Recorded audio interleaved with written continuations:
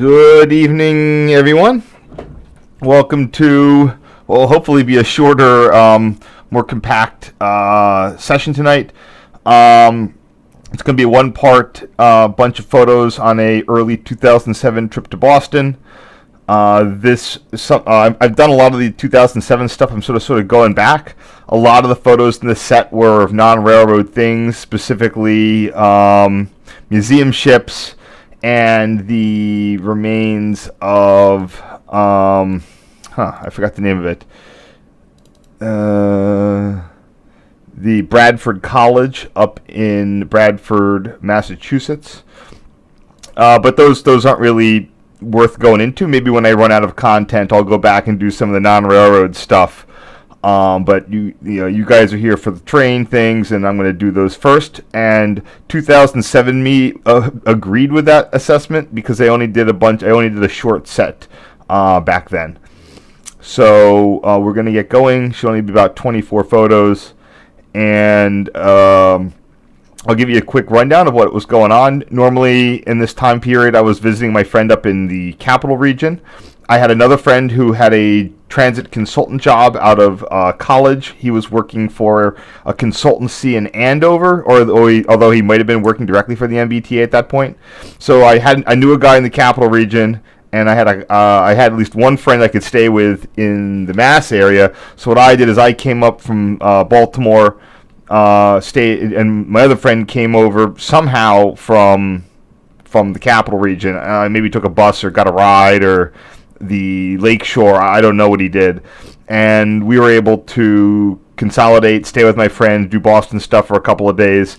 And then this was the period of time when I was my first round of Amtrak status, and I was able to use my upgrade coupons for, I think, the first time or the second time in now. And I was able to go, and we were able to come back. My first time coming back on Acela Express, first class. So let us begin here. First, let me just see if anyone has any questions or anything. I guess not. Okay, so I'm going to start out on the NEC. I might have mentioned before in the 2005 stuff about how North Philadelphia Tower was in the process of closing and blah, blah, blah, blah. Well, here I think is one of the, one of my better photos of that, one of the outcomes. I'm not, I forget if this happened after North Philadelphia closed, but effectively there used to be the intermediate signal between the old zoo and North Philly was this amber one. It had an odd mix of indications because some of the tracks were formerly 251. So, approaching North Philadelphia from the wrong end, you'd get like an approach slow to get a slow clear. It was not the greatest setup in the world. And it was replaced by two offset signals, one of them near Columbia Ave, the other one closer to North Philadelphia, across from where the old Connie Mack Stadium Shibe Park area where the Phillies used to play. Anyway, this was bagged for a number of years before being removed. Although the signal bridge is still there, the signals are gone. So this is the old. I've got to remember which signal bridge this is. Oop. I think it's the milepost 86. But let me just get the diagram up here.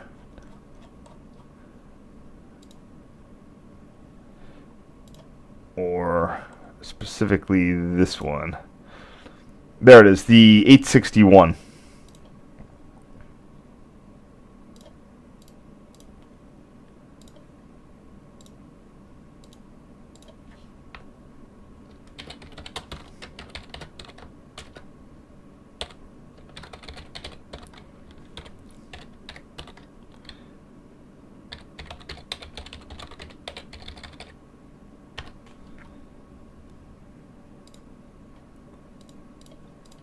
The other NEC photo I have is the replacement signal here. This is signal 859. So remember, it counts 0 is up at Jersey City. There's some extra mileage, between Hudson Tower and Penn Station. and then it counts up to about milepost 86 or so in Philly, and then it resets going down to DC and counts back up to a milepost about 135.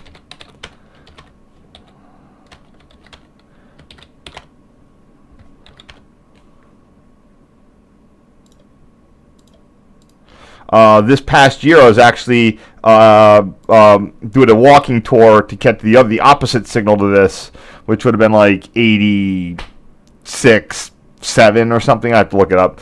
That's the one that you can get around Columbia Ave.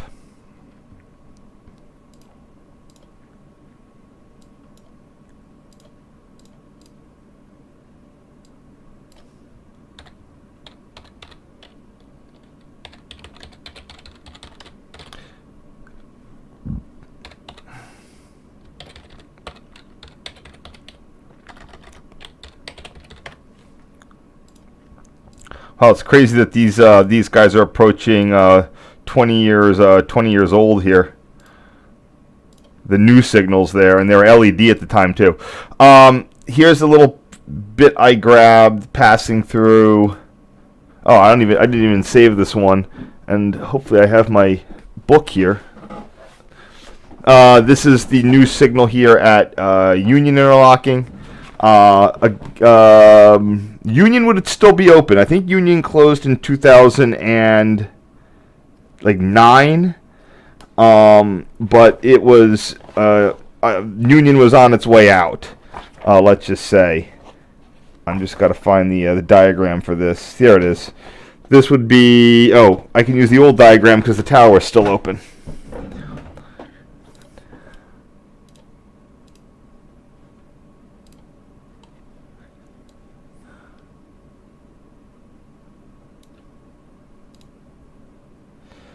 This is the 12R signal at Union.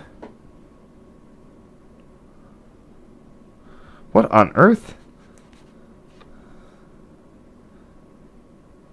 I got like a fire notice on my phone. I live in New Jersey. We are having a drought here, but I'm not in a fiery area, but it's just fascinating. So this would be the 12R. For years, this had been a Penn Central or Conrail painted signal.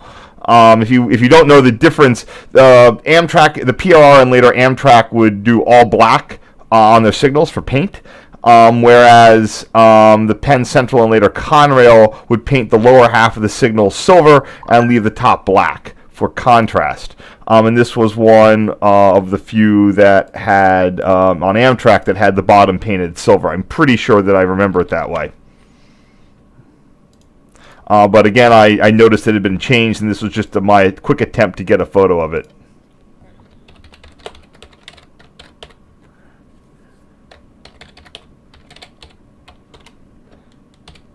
It looks like we have an NJT F40PH there. Oh, no. I don't think that's an F40PH. That's one of the GP40 FH. Those were a Morrison-Knudsen rebuild. I need to list it NJT rolling stock. Be on Wikipedia.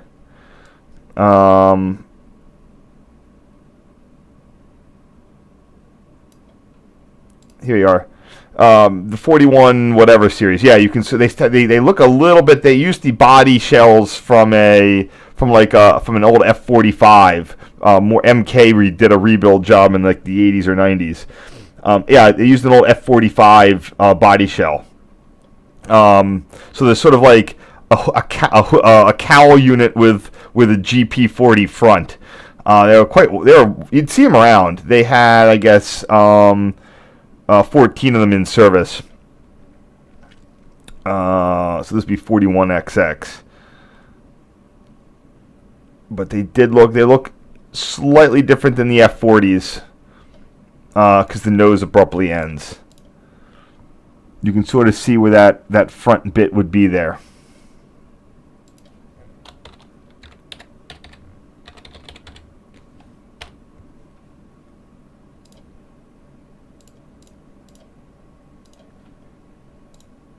So now we're getting into some of the nicer the photos I took. So I was on a regional at this point. Probably, it looks like I left later in the day, maybe after work. So whatever time it was, I got to New Haven after dark. So this is in January, so that it's not that late. And at the time, the trains were sort of just hanging out. Even to this day, regionals and Acellas will have some pad time often built in at New Haven. So I just sort of was using some of the on-platform infrastructure to take timed exposures. Today, I would do all this with Night Sight on my phone because that does it in software and does a great job. But back in the day, if you wanted any sort of night photo, you were going to be having to set, you were going to have to be doing find a platform or a tripod or something and do a timed exposure. Now, I always like priding myself on not using tripods. I'd find, diegetic supports. But what's the number there? I have it somewhere else. That's 3415. So I'm not on the Acela. I'm on that regional. And this is my first attempt. I don't think I got the. This might have been in automatic mode. These are. I always complain about it, but even my second generation, even all my digital cameras aren't very great in low light, except the DSLRs.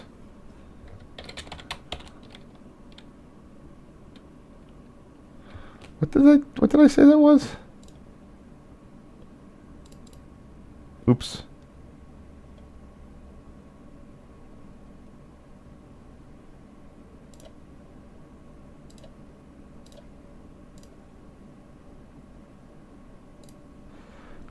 $34.15.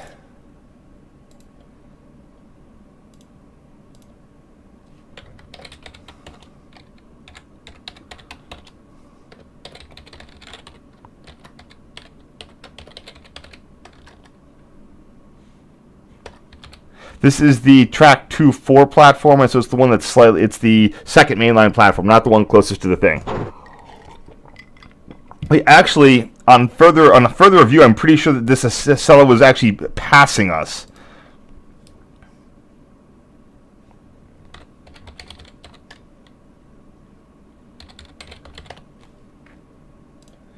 It wasn't. It was not passing in the opposite direction. So here's.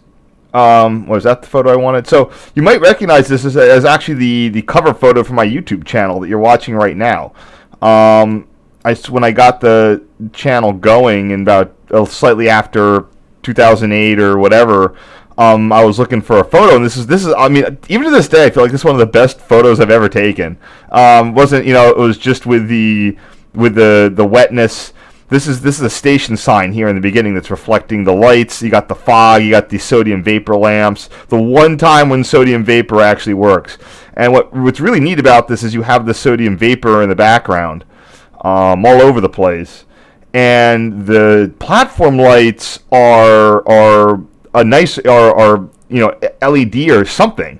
Whatever they are, they're doing a real light. So you've got the Acela lit up with proper full spectrum light, whereas everything else around it is sodium vapor, plus the reflections and stuff. It's a little bit busy, not the perfect photo, but this is really one of the, I consider it to be one of the nicest ones I've ever gotten. That's why I keep it on my thing on my YouTube channel.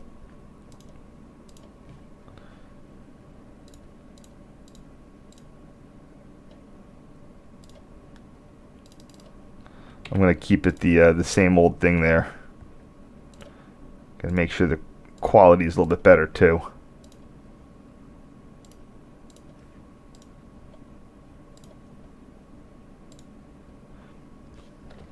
And here are just looking back. This is the Coach 3415.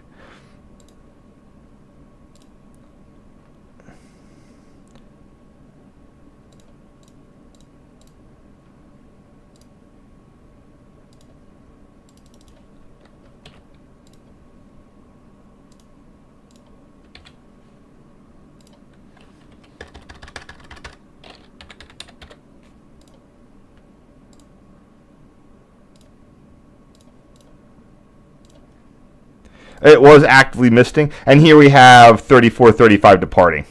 So whatever was going on the timetable that day, our regional got held, so the Acela could get on past.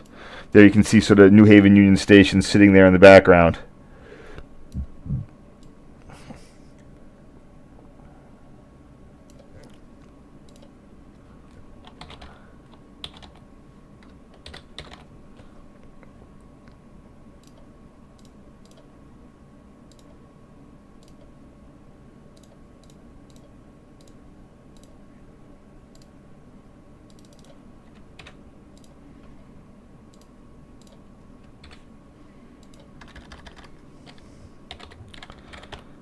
Should be using the, I know what number it is. I don't know why I didn't use the number.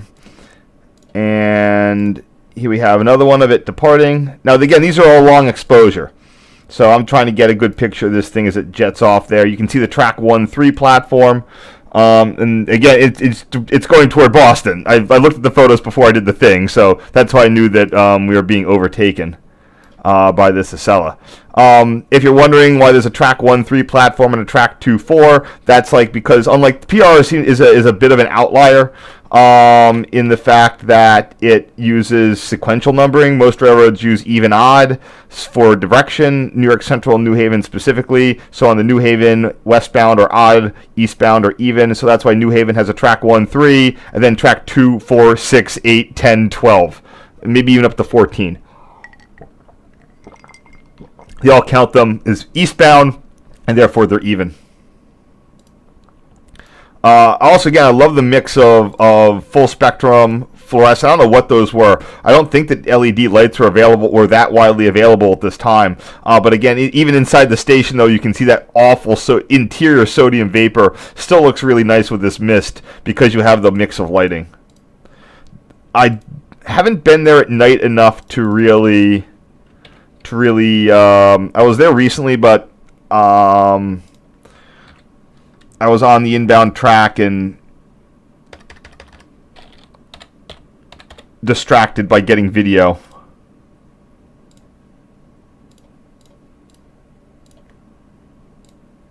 Okay, so now we've cut to Boston. This is the famous Scollay undersign, which used to be hidden, and now they've sort of moved it to where everyone can see it, so now there's no, whatchamacallit, real trick to seeing it. Government Center, as I like to say, as I like to literally pronounce the sign, used to be Scollay Square in Boston. And when they wanted to do a new city hall, they did a brutalism thing, knocked down the square, put in a windswept courtyard, and changed the name of the station to GOV''T Center. The station has green line on the upper level, blue line on the lower level. But at the time, back in the day, it would be Scollay upper and Scollay. I'm not sure if it was upper, but anyway, Scollay under is the blue line track. And while everything was Government Center, if you went to the end of the platform and looked around the wall, you would see like an abandoned part of the platform that had this sign. And it had been there for before I'd seen this, but they repainted the station. And when I checked, they'd carefully avoided painting over the tile mosaic. So that's all brand new paint, and give the paint guys some credit. They didn't paint over the sign. Later, at some point, when Government Center closed, this was for like a year or two. This was excised from the wall and moved to the stairwell going down to the blue line platform. So now everybody sees it. It's no longer a special thing for rail fans. But this was it in its original secret location.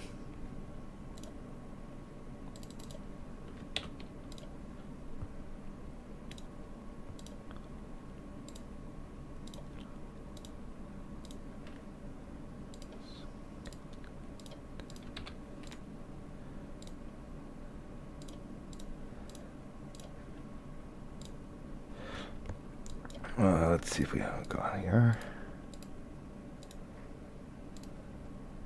Okay.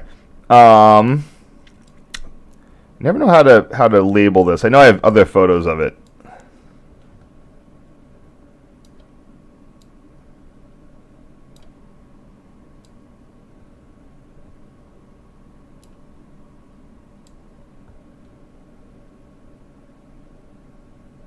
Just getting the things right. I'm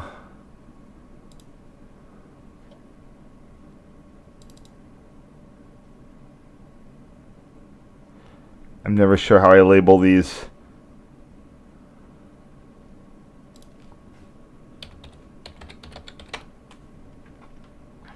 Before I start talking, I want to see how I... Oh, nuts.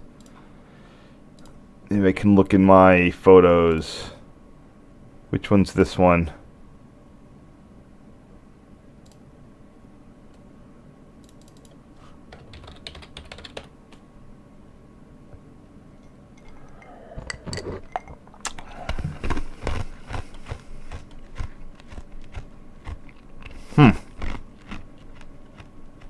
Okay.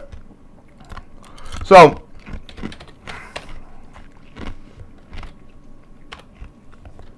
this is the famous Bill Buckner Bridge in Boston. It was built. It was a centerpiece of the Big Dig. They sold it due to its, cable stay-y looks, even though the cable stayness of this bridge was completely unnecessary. The span is so short that you can cross it with a typical bridge. In fact, there's a exit ramp bridge right next to it that uses just beams. So, but this is part of, if you listen to the WGBH Big Dig podcast, they go into creating this sort of signature bridge to sell the project to the city. It's named after Boston Red Sox Bill Buckner in somewhat honor of his 1986 World Series error that cost the Sox both the game and the series, where the easy ground ball rolled under his legs, and you can see it's memorialized in the tower, legs spread for the ball to go through.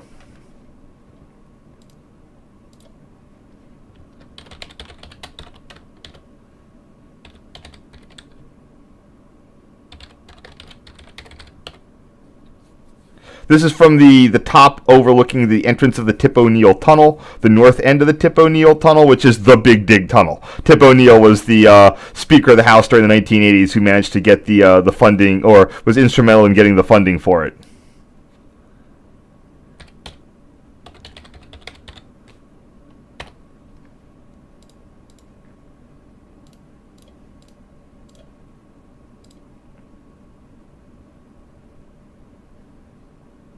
So, well, I said I have a lot of museum ship stuff that I've cut. I did have a couple of rail bits and pieces from it.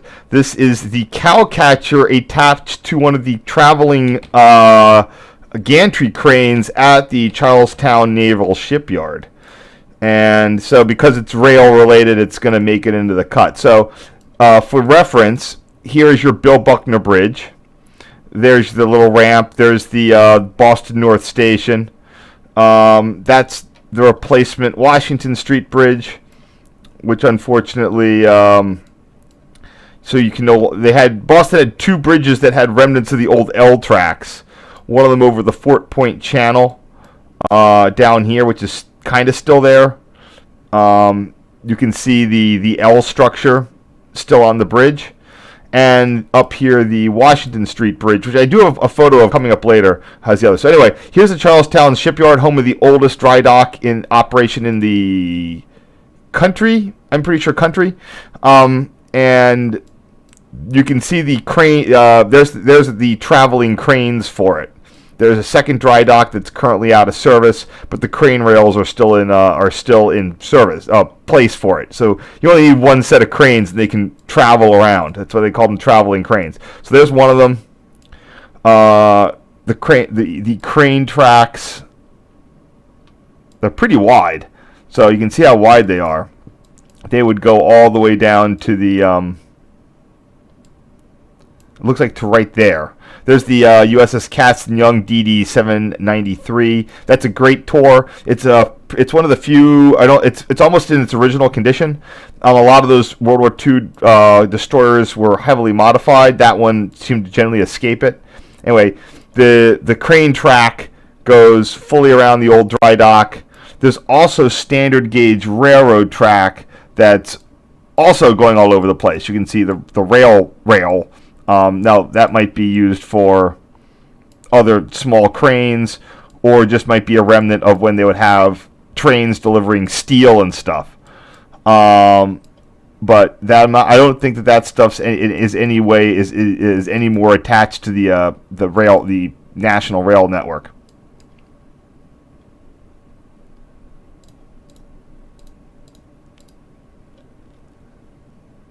Huh.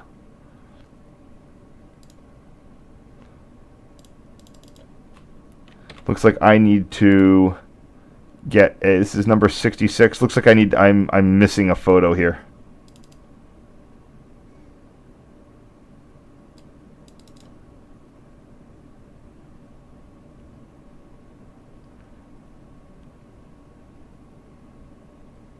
Yep, there it is. Number 55 also counts. So I'll just move that one over there. Okay, we'll deal with that one next.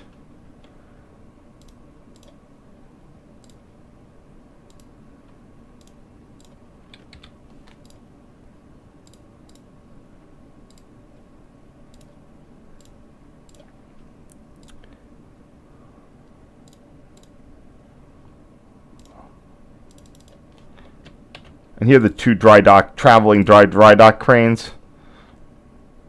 So they're technically move on rails, so they count as rail transit. They're making it into the cut this time. Charlestown Navy Yard hosts both the Caston Young and the USS Constitution.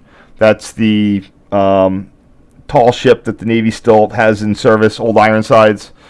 That's usually, it only goes out once or twice a year, so it's generally there for visitation. Pretty sure they're both free. Unlike a lot of museum ships. The Navy doesn't tend to run a lot of its own museum ships, but these are the exceptions.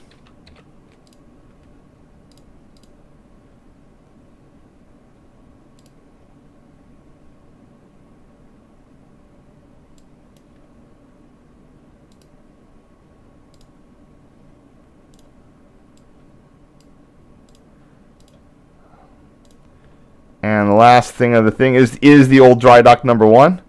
It looks like the cranes are in position here. They aren't stashed away, or at least those two are. Going on the over. Let me just check. So there's one there. Are there only 2? Looked like there were more last time. There's 1. There's 2.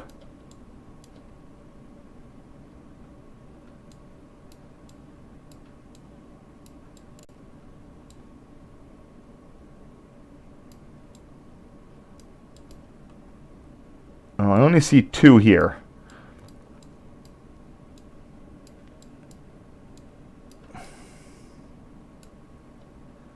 But it looks like there were more. Oh, maybe they were side to side. I sort of got them all lined up in the right photo. All right. Oh, yeah, they're across from each other. So this is dry dock number 1. It's mainly used so they can easily pull in both those museum ships for dry docking. I think the wooden one tends to need it a little bit more. But I'm sure they use it for a variety of things.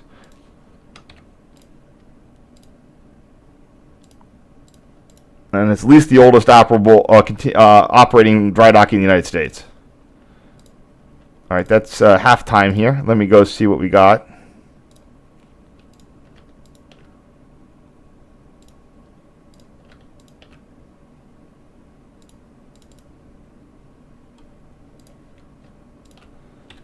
Those guys. Grab these guys. See if anybody has any questions. Oh, we got some questions here. Oh, have fun with CN, and good luck with VIA. I heard that there are jerks about luggage.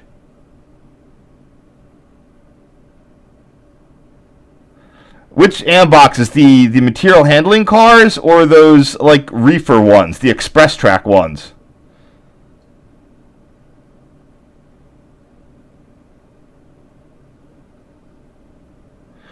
Oh, you want a good spot on the... Okay, so it all depends on where you are. There's a lot of good spots. Like, Princeton Junction is fine. Honestly, Rahway is really nice. I was just up there. There's a lot of neat stuff going on at Rahway. Got signal action.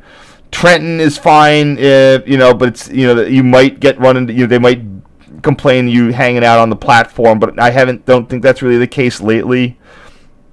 Princeton Junction has the dinky going in and out, but you're going to have less service than you would have up at Rahway. Metuchen is okay, but trains are slower there.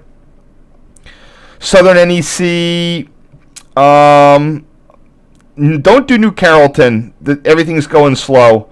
You're going to want something like BWI is okay. Halethorpe is pretty good. Odenton also works. There's some good food nearby. Going near the Perryville drawbridge, you're not going to be very slow, but they're going to be tearing that down soon. And you can go up to the Perryville station, either side of the drawbridge or Perryville station. To cross the river, though, you got to pay a toll. Newark is all right. Not a lot of stuff stops there. It's not going the fastest. But through Princeton Junction, the Amtrak, the Accelas are going to be going 150. New Brunswick also has a ton of traffic going through. It's at peak period. It's just nonstop. It's crazy.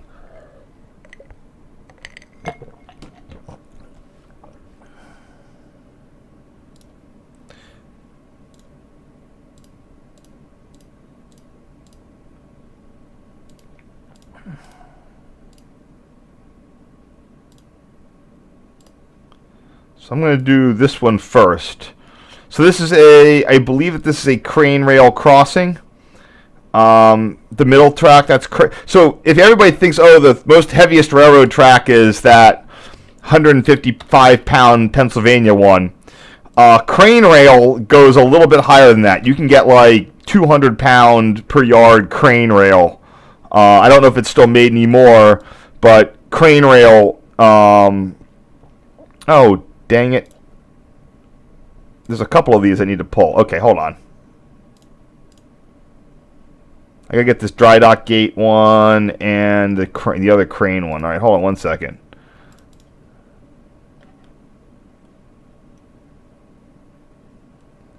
Yeah, there's a lot of ship stuff, but I don't want to get into it. It's not even my wheelhouse. There are other people who do interesting ship things, 151 and 150. Way more knowledgeable about it than me. Like I said, if I ever run out of content, I might circle back and do some of this ship stuff. So, interesting fact, dry docks are not like locks. The gates are not attached. The gates are actually their own vessels. They're little floating things. They are maneuvered into position at the mouth of the dry dock, and then as the dry dock is drained, water pressure sucks these up against the frame, the surround of the dry dock, and keeps the water out. I mean, there's going to be a little bit of a degree of leakage, but that's how they work. It's not like a lock with a door that opens and closes.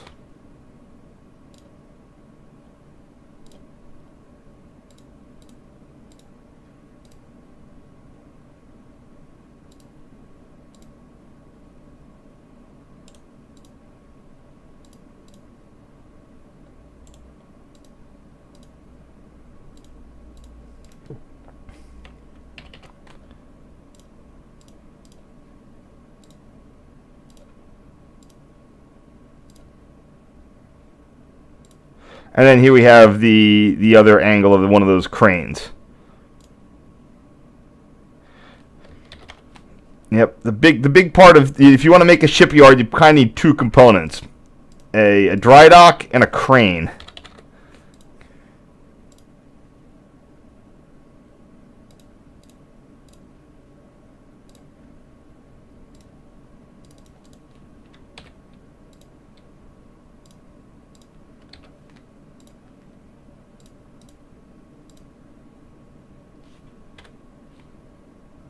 Oops.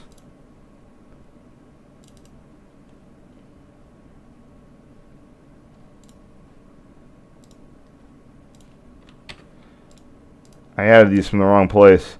There it goes. And And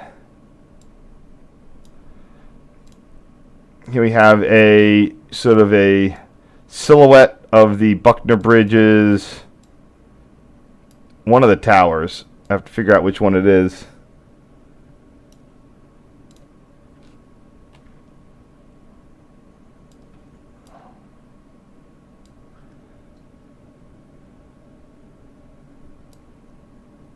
That's better.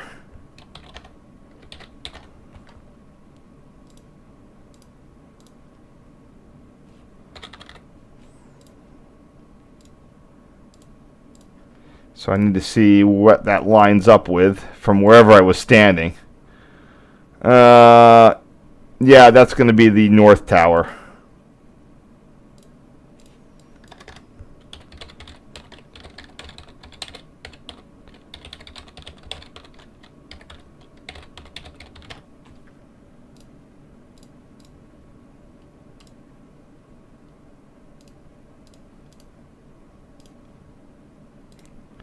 And picture of the, so this is from the Washington Bridge, which is unfortunately no more.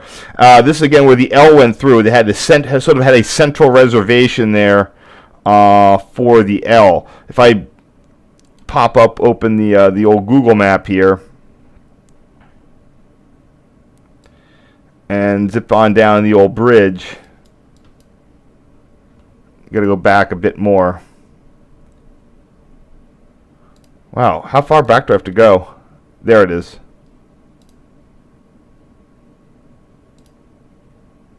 No.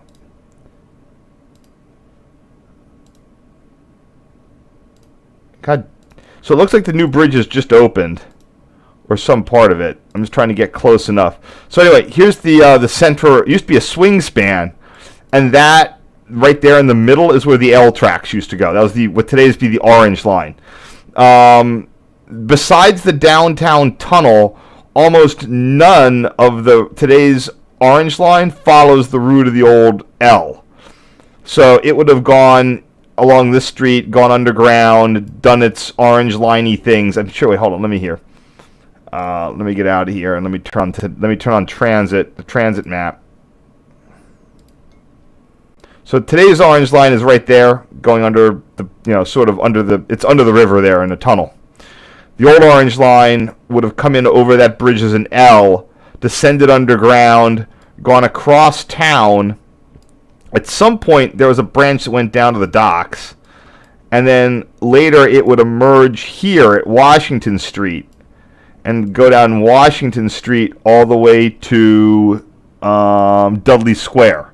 And this green copper building was the old part of the old L terminal. Now, when I say L, people always think just because, and I've said this again on this channel, just because it's it's a rapid transit line that is running above ground, it is not an L. L's are the very, very lightly built. Using, I'll just, even today I can say I don't think they build L's anymore, but if they did, it would be lightweight materials. A lot of wood. The platforms were all wood. The stations were mainly made of wood. The track bed was bare wood ties on steel.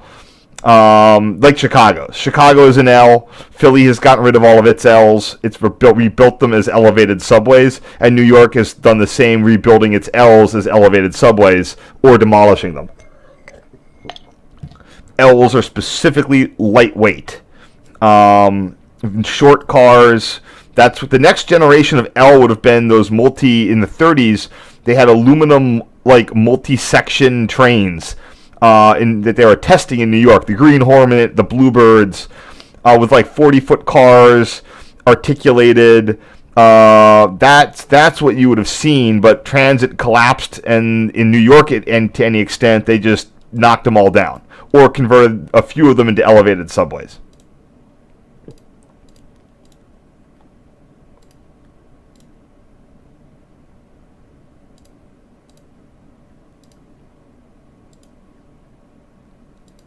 Oh, let me get this crane one done first.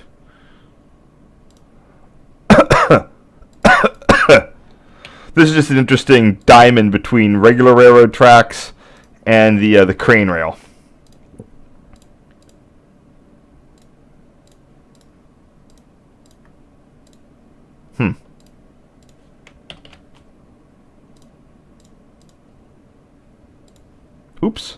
What am I doing here?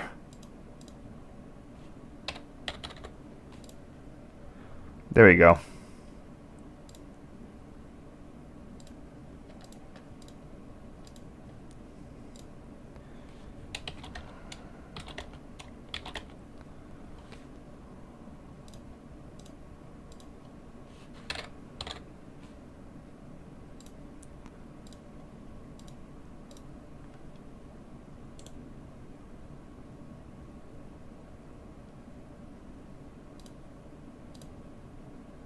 One second.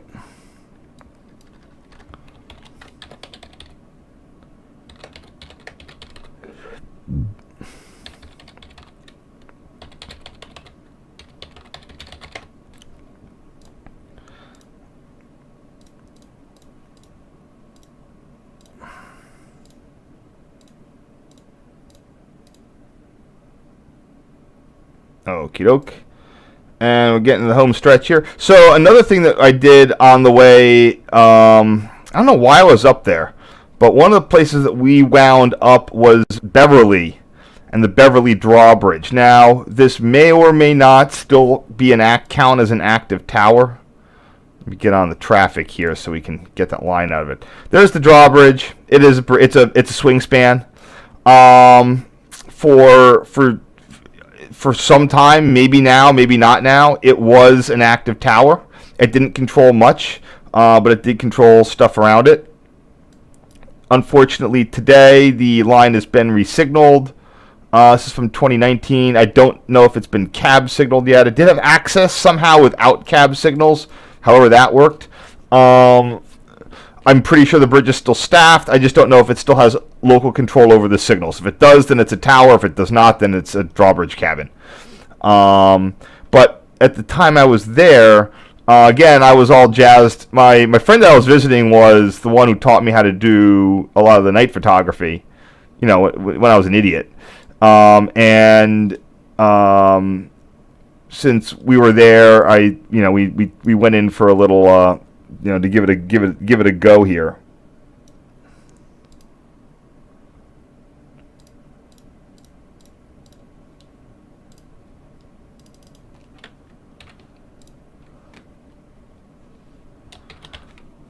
I wish I'd had the zoom levels I'd have today. I'd love to have, I can see you can see the operators in there.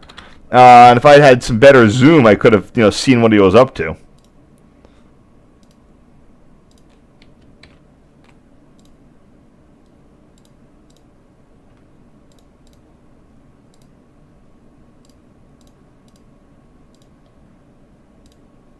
So here's another pair of photos that I have that I really love.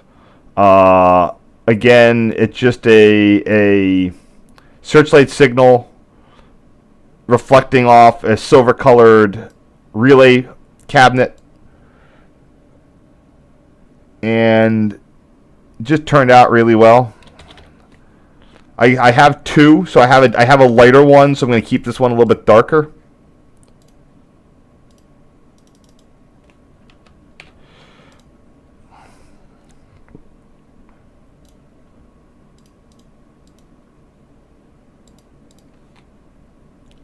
And I love the approach medium for you got the Christmas. You guys still got a Christmas tree light up here. Oh boy.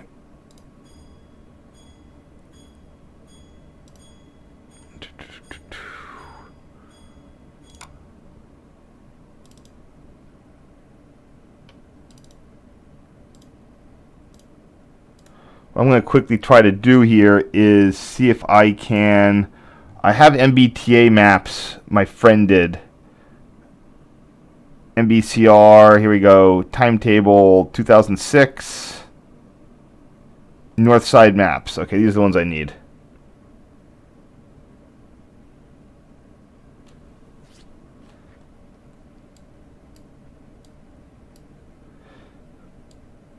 Oh, are these like?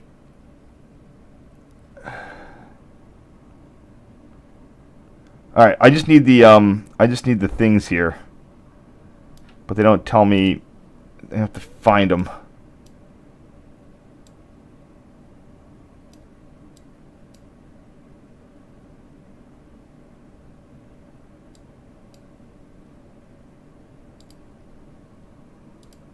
All right, one sec.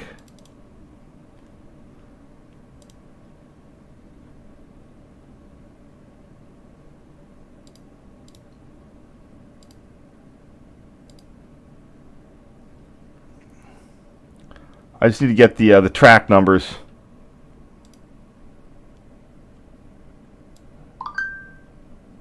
Fitchburg. Okay, this is the south side. Greenbush. Is this only south side?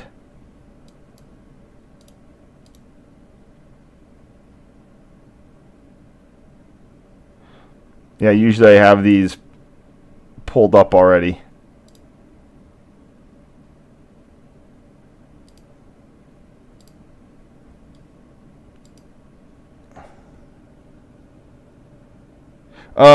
Jessica, to answer your question about freight on the NEC. Yeah, you're going to see there are on the SEPTA side of things. There's usually a daytime freight work. There's a local freight that will work between Frankfurt Junction and Trenton during the day. I don't know exactly when. I usually catch it. I can catch it anywhere between 10 in the morning, between 10 and 2. Basically, it'll come out. Okay, is this going again? Dorchester. Okay, New Hampshire route. Gloucester branch. Okay, here we go. Manchester draw. Come on. I don't know why this thing is dying here.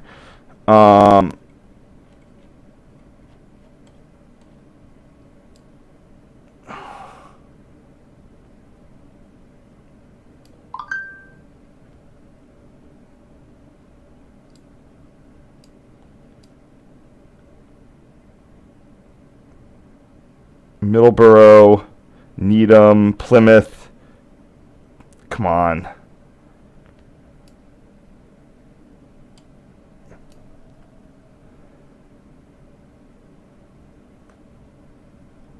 Oh, south side's in the middle. All right, north side's up top. Eastern Route main line, that's it. So, fun fact, the Boston and Maine used to have two main lines going into between like Portsmouth and Boston, the Eastern and Western Route main lines. Today, only the Western Route survives in its fullness. There's Beverly Junction. Yeah, it's a neat little flat junction. So, I'm looking at there's Drawbridge, southbound track 2 signal. Okay.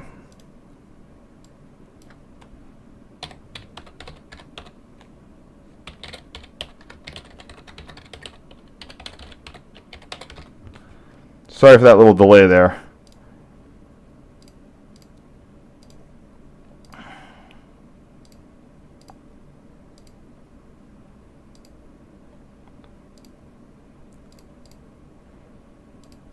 There it is. I don't need this. Oops.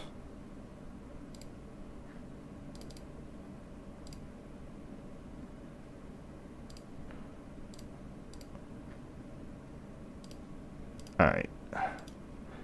And I have another version of that with a little bit more light to it that'll enhance slightly.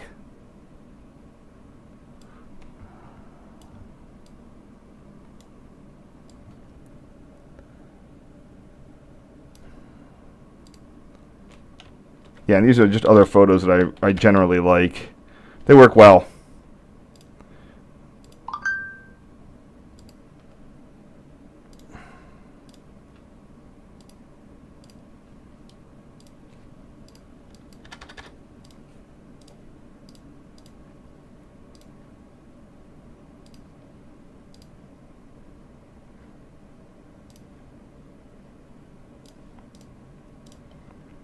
And so here I walked up to the edge of the bridge. I didn't really. I was tempted to go out on, see how close I could get, but this was still the post 9/11 era of me being more cautious.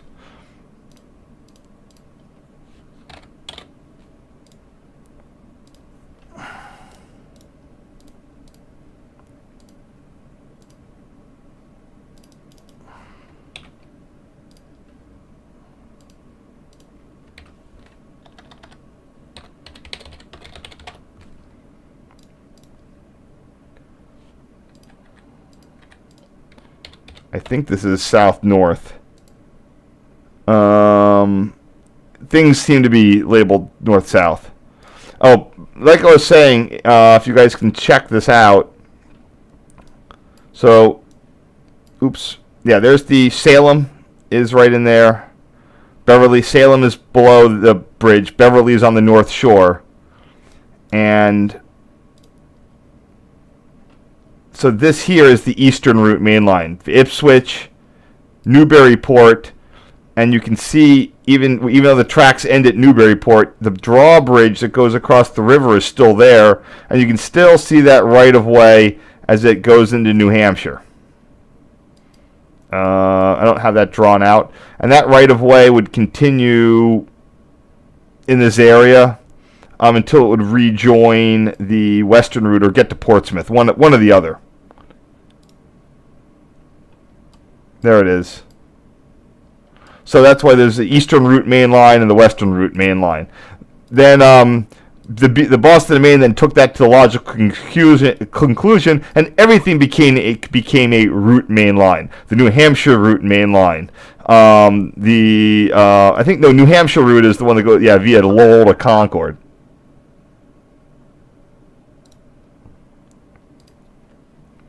Anyway,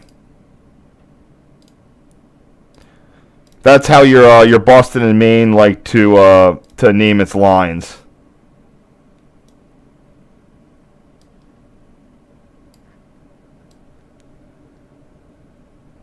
So we have sort of a tall version of this, of the tower there.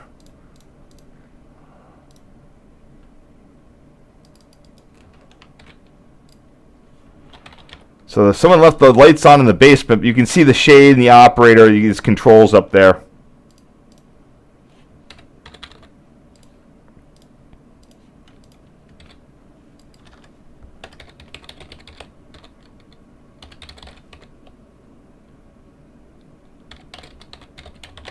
I was trying to use something. I didn't have a tripod. I was trying to use something to steady the camera. It wasn't entirely successful.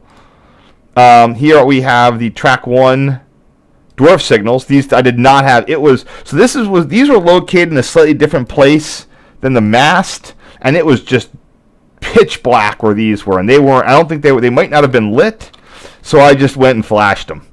Glad I did. Now it's all stupid, new stuff, but. Yeah, MBTA is rapidly removing the last few of its searchlight signals.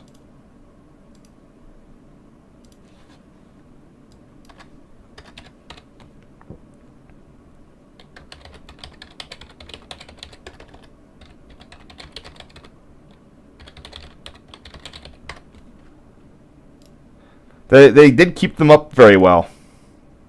They still have them around. Of course, they still have them around North Station, and a few on the Boston line.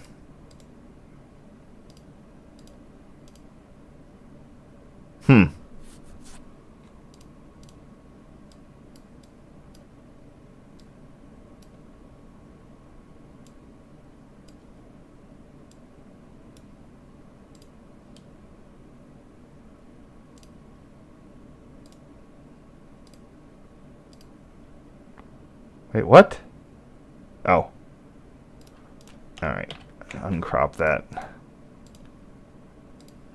Oh, that's the problem. There we go. Next. I went up we walked across the bridge to get these sort of photos. Again, this is pretty nice. I'd love to go back, especially if they have LEDs in place of those sodium vapors. So I've just never really had a good opportunity to get and do stuff in the Salem area. I'd really love to, but I just don't know. I don't know. I mean, I kind of know people up there. I just got to pull the trigger on it at some point.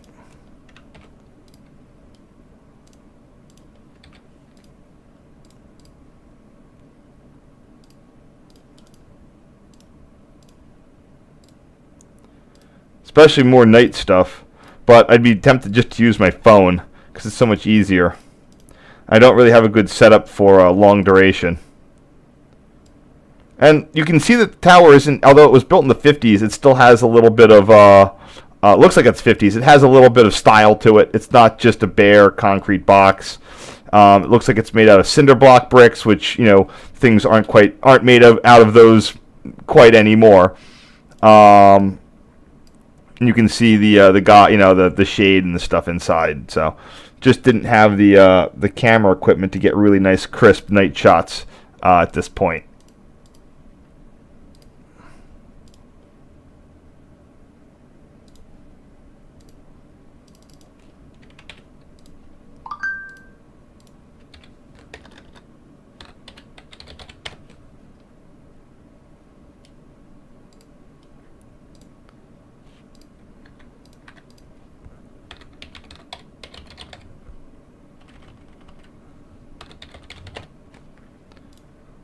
And we're down to our last photo here. Oh, that's my friend's ticket. I'm gonna go. I gotta anonymize that, so I'll deal with that later. So anyway, that's it for now. Let's see if anybody has any last questions before I chuck out of here. It's not. All signals are PTC compliant. Its searchlights just cost a little bit more. I think they have additional testing requirements.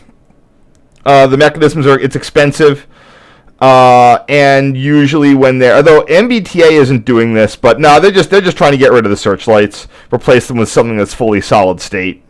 They got money for it and they're spending it. It'd be nice if they didn't spend the money, but they're putting in Rule 562 all over the place. So that just sort of gives them the opportunity to they're touching the signaling system. They're dealing with. So I'm not 100% sure. In theory, I would have been in the position to have one next weekend, but my aunt's birthday is on the 4th, and I don't think that I'm going to be over here overnight. But after that, I'll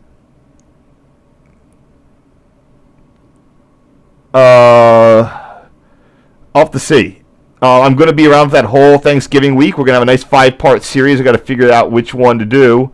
Might be Hancock Tower from 2007. Now that's a nice one. Might be something else. So I'm going to find something really fun to do for Thanksgiving this year.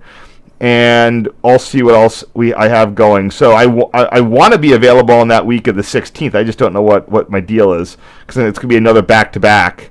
Because I'm going to be up. So 28th is Thanksgiving. I know that means I'm going to be streaming from the 24th through the 29th, maybe the 30th. I got to see what my 29th plans are. And so that I might be available on the 15th as well. I just got to see. Maybe I get some Amtrak tickets pop up real quick. All right. Thank you so much.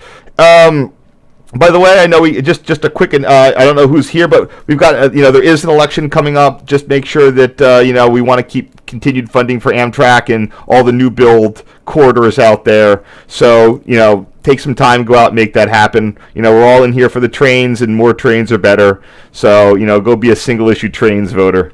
All right, I'll see you. Have a great night, and I will see you next time. Hopefully nothing crazy happens. All right, see ya later.